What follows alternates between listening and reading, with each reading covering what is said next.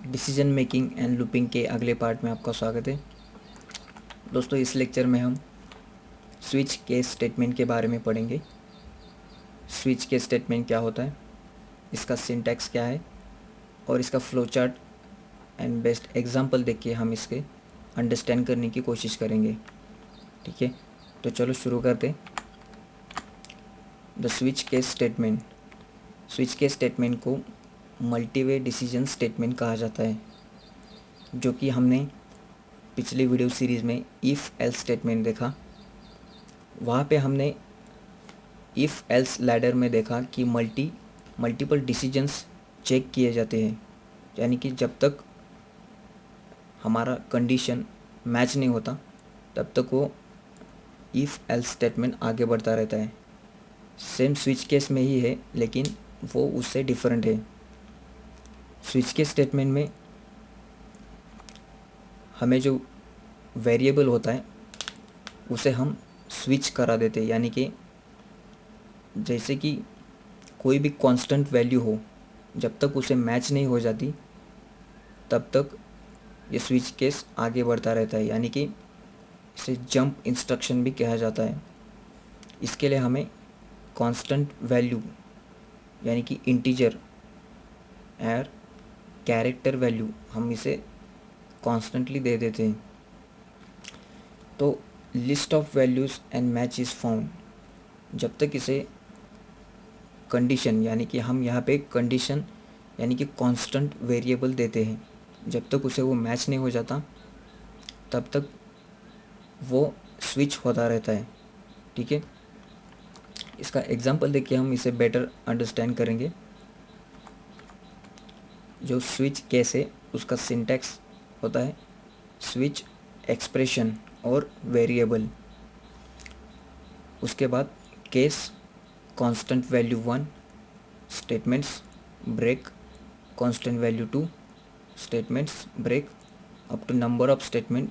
उसके बाद यहाँ पे जो डिफ़ॉल्ट स्टेटमेंट होता है, जो कि हमने इफ़ एल्स में एल्स देखा।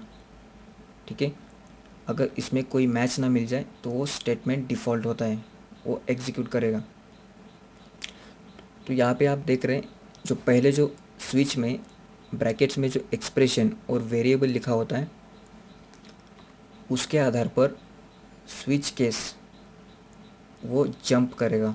यानी कि मान लो हमारा वेरिएबल आई है और आई में अगर हमारी वैल्यू 5 हो तो वो डायरेक्टली केस 5 में जंप करेगा, यानी कि केस 5 में हमने जो स्टेटमेंट लिखी हुई है वहाँ की स्टेटमेंट वो एग्जीक्यूट करेगा। ठीक है, तो इसलिए हमें उसकी वैल्यू कांस्टेंट चाहिए, यानी कि यहाँ पे हम केस वेरिएबल नेम नहीं दे सकते, यहाँ पे सिर्फ हमें वैल्यू देनी पड़ेगी या फिर सिंगल कैरेक्टर देना पड़ेगा। ठीक है, तो स्विच केस का फ्लो चार्ट है। सबसे पहले अगर हमारी केस 1 यानी कि जो हमारी कंडीशन है, अगर केस 1 हो तो डायरेक्टली वो केस 1 पे जंप करेगा, यानी कि कांस्टेंट वैल्यू 1 पे जंप करेगा। उसका स्टेटमेंट एग्जीक्यूट करके डायरेक्टली वो स्टॉप हो जाएगा। अगर ये मैच नहीं होता तो वो केस 2 पर आ जाएगा। अगर केस 2 पर जो कि हमारी कांस्टेंट वैल्यू है, अगर वो इसे केस 2 को मैच हुई तो वो स्टेटमेंट 2 एग्जीक्यूट करके स्टॉप हो जाएगा। ऐसे वो केस n तक जितने भी हमने केस लिखी हुई है वहाँ तक वो आगे बढ़ेगा और उस केस को मैच करेगा। अगर इसमें से कोई भी केस मैच ना हो तो हमारी डिफ़ॉल्ट स्टेटमेंट होती है, यानी कि डिफ़ॉल्ट ब्लॉक में हम इसे लिखते हैं, वो एग्जीक्यूट करके हमारा जो स्विच केस है वो स्टॉप हो जाएगा। ठीक है, तो इस तरीके से स्विच केस का यूज़ होता है। तो हम इसका अब एग्ज़ाम्पल देखते हैं। मान लो कि हमें 2 नंबर्स पर एडिशन करानी है, लेकिन वो एडिशन यूज़र डिसाइड करेगा कि अगर मैं मेरा 1 बटन प्रेस करूँ तो वो 2 नंबर की एडिशन होनी चाहिए, अगर 2 प्रेस करूँ तो सब्सट्रैक्शन होनी चाहिए। 3 प्रेस करूँ तो मल्टीप्लिकेशन, 4 करूँ तो डिवीज़न, 5 करूँ तो ऊपर की सारी एरिथमेटिक ऑपरेशन होनी चाहिए। अगर इसके अलावा मैं कोई और बटन प्रेस करूँ तो मेरा डिफ़ॉल्ट केस एग्जीक्यूट होके एंटर वैलिड वैल्यू कहा जाएगा। ठीक है, तो इसका हम प्रोग्रामेटिकली एग्जांपल देखते हैं। तो चलो स्विच केस का एग्जांपल देखते हैं। सबसे पहले हम यूज़र से 2 वैल्यूज़ एक्सेस करेंगे और जो हमारा तीसरा वेरिएबल होगा वो एडिशन स्टोर करेगा, और जो एक एक्स्ट्रा वेरिएबल हम चॉइस के लिए लेंगे वहाँ पे यूज़र अपनी चॉइस एंटर करेगा कि उसे क्या कराना है। ठीक है, तो चलो पहले वेरिएबल लेते हैं नंबर, जो कि फर्स्ट नंबर यूज़र इसमें एक्सेप्ट करेगा, दूसरा जो नंबर 2 है, और तीसरा एडिशन वेरिएबल है, यानी कि इसे हम टोटल भी कह सकते हैं। और जो चौथा वेरिएबल हमें लगेगा वो है चॉइस, जो कि यूज़र 1 से 5 तक नंबर एंटर करेगा कि उसे कौन सी अरिथमेटिक ऑपरेशन परफॉर्म करानी है। ठीक है, तो पहले हम यूज़र को बताते हैं कि 2 नंबर एंटर करें, एंटर 2 नंबर्स। ठीक है, अब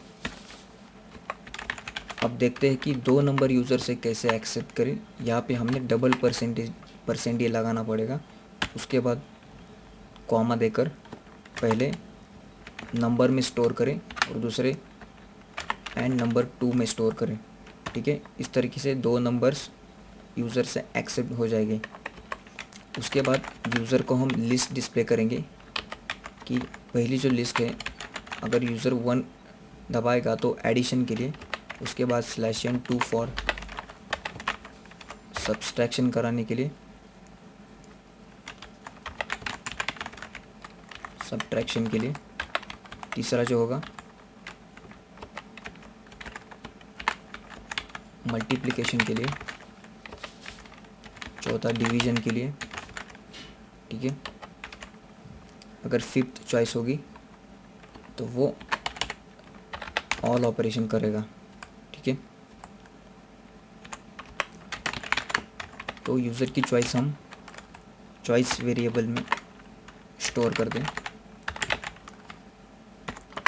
ठीक है, तब अब यहाँ पे हम स्विच के सिंटैक्स के अनुसार जाते हैं। स्विच,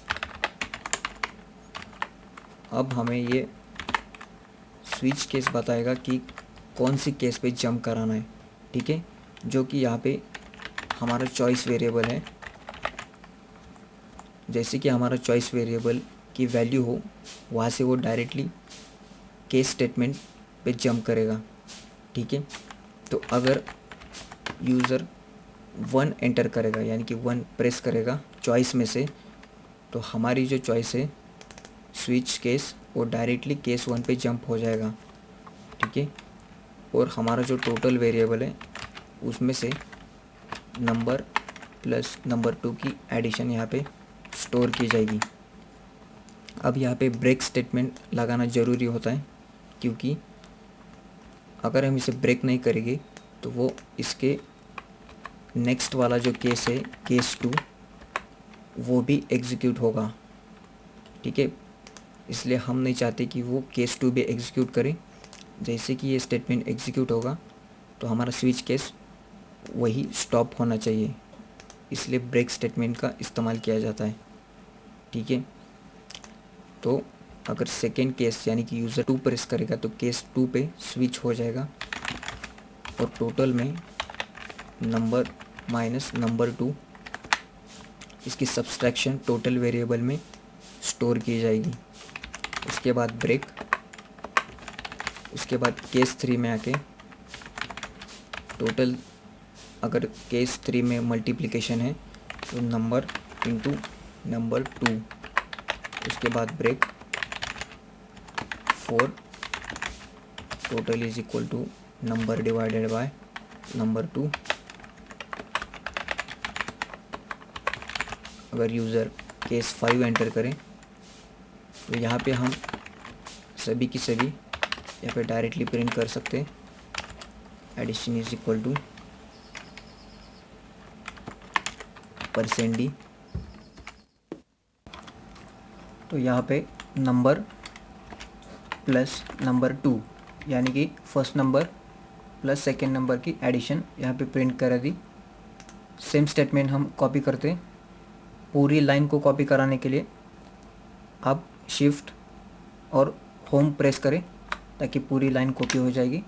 उसके बाद कंट्रोल C करके एंटर दबा के कंट्रोल V कर दीजिए, आपकी ये लाइन पेस्ट हो जाएगी। अब सब्सट्रैक्शन हम करते हैं। यहाँ पे सिर्फ माइनस साइन डाल दीजिए। उसके बाद फिर से प्रिंट करके यहाँ पे मल्टीप्लिकेशन के लिए एस्टेरिस्क और यहाँ पे मल्टीप्लिकेशन फिर से प्रिंट करके यहाँ पे फाइनली हमारा डिवीज़न। ठीक है, तो जैसे यूज़र 5 बटन प्रेस करेगा तो सारी अरिथमेटिक ऑपरेशंस परफॉर्म हो जाएगी। ठीक है, उसके बाद ब्रेक। अब ये जो है वो हमने डिसाइड की हुई 1 से 5 तक की केस हमने बना ली। अगर इसके अलावा यूज़र कोई और नंबर एंटर करेगा तो वो डिफ़ॉल्ट केस में आ जाएगा। ठीक है, यानी कि यहाँ पे हम प्रिंट करेंगे एंटर वैलिड चॉइस। ठीक है, तो ये वैलिड चॉइस एंटर कराने के लिए हमने यहाँ पे कहा। ठीक है, तो अब हमारी एडिशन इसमें हो गई। टोटल वेरिएबल में अरिथमेटिक ऑपरेशन परफॉर्म हो गए। तो हम इसे इस केस के बाहर, स्विच केस के बाहर हम डायरेक्टली यहाँ पे प्रिंट करेंगे answer is equal to %d और यहाँ पे हम टोटल वेरिएबल को प्रिंट करेंगे, यानी कि जो कि यूज़र ने एंटर की हुई केस है उसका टोटल इस टोटल वेरिएबल में प्रिंट किया जाएगा। ठीक है, तो एक बार इसे कंपाइल करके देखते हैं, उसके बाद फिर से एक बार उसे देखते हैं। F11 दबाएं। आप देख सकते हैं यहाँ पे यूज़र को प्रॉम्प्ट किया है कि एंटर 2 नंबर। मैं पहले यहाँ पे 10 डाल देता हूँ और स्पेस देकर 20 डाल देता हूँ। ठीक है, अब जैसे आप देख सकते तो अब यूज़र को चॉइस एंटर कराने के लिए कहा है कि इसको कमेंट कहा जाता है, देकर हमें क्या डबल कमेंट ऑपरेशन मिलेगा, यानी कि भी लाइन हमें चॉइस ऑफ करानी हो एडिशन के लिए 1 दबाते तो उसे और डबल स्लैश देके ऑफ करें। आप देख सकते आंसर इज इक्वल टू 30। तो ठीक है, अब हम 10 + 20 इज इक्वल टू 1 प्रेस करके हमें मिल गया। ठीक है, ठीक है, तो इस तरीके से ये ऑपरेशन होते हैं। अगर हम कोई और चॉइस एंटर करें 10 20, अगर 5 प्रेस करें तो आप देख सकते हैं एडिशन, सब्सट्रैक्शन, मल्टीपल, डिवीज़न यहाँ पे प्रिंट हुई। और जो हमारा जो केस के बाहर जो हमने स्टेटमेंट लिखी हुई थी आंसर, वो भी प्रिंट हो गई, लेकिन उसका आंसर 0 आ गया। ठीक है,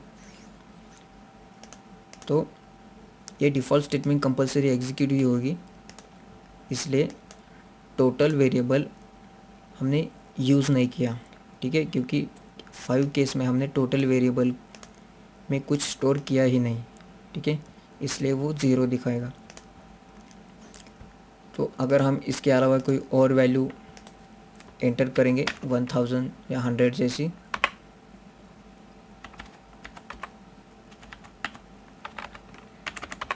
तो ये एंटर वैलिड चॉइस ऐसे प्रिंट होकर आएगा। ठीक है, तो इस तरीके से स्विच के स्टेटमेंट वर्क होता है। अब ध्यान रखें, यहाँ पे जो हमारा स्विच कराने के लिए जो चॉइस वेरिएबल है वो स्विच में हम लिखते हैं ताकि डायरेक्टली उस केस पर जंप करके उसकी केस एग्जीक्यूट कर सके। अब हम ब्रेक स्टेटमेंट डिसेबल करके देखते हैं, यानी कि कमेंट करके पाइथन रन करके देखते हैं। कोई भी वैल्यू हम देते 100 200 और हमारी चॉइस 1 दे देते। आप देख सकते हैं यहाँ पे हमारा जो आंसर है -100 आ गया, यानी कि हमारा जो टोटल वेरिएबल है वो अपडेट होके नंबर माइनस नंबर 2 यानी कि 100 माइनस 200 यानी कि 100 आके पॉज हो गया। ठीक है, तब हम इसे भी डिसेबल करें और इसे भी करके देखते हैं, यानी कि हमारा जो स्टेटमेंट है उसका आंसर डिवाइड होके हमें मिलेगा। ठीक है, तो उसे दोबारा कंपाइल करें, कोई भी वैल्यू आप यहाँ एंटर करें। अब जो हमारा केस था वो 1 ही डाल देते हैं। आप देख सकते हैं यहाँ पे डिवीज़न जो है वो 0 आ गई, यानी कि कंपाइलर यहाँ आके स्टॉप हो गया। ठीक है, तो इस तरीके से ब्रेक स्टेटमेंट का यूज़ होता है। ठीक है, तो ये था स्विच केस के बारे में।